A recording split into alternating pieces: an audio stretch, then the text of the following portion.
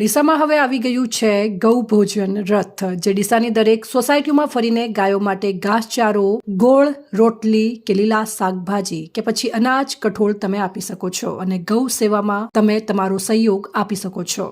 તમારે પૈસા દાન આપવાની જરૂર નથી. માત્ર રોટલી, ગોળ કે લીલા શાકભાજી અથવા ઘાસચારો અથવા અનાજ કે કઠોળ તમે આપી શકો છો અને ગૌ સેવા કરી શકો છો. તમે પણ તમારો હાથ લંબાવો અને ગૌ ભોજન રથમાં તમારા ઘરમાંથી જે કંઈ પણ હોય એ ગાયો માટે આપો. હિન્દુ ધર્મમાં ગાય એ આપણી ગૌ માતા છે. આ સેવાના કાર્યમાં તમે પણ જોડાઈ શકો છો.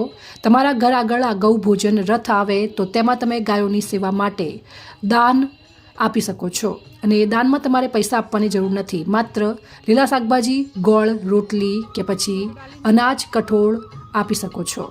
જય ગૌ માતા.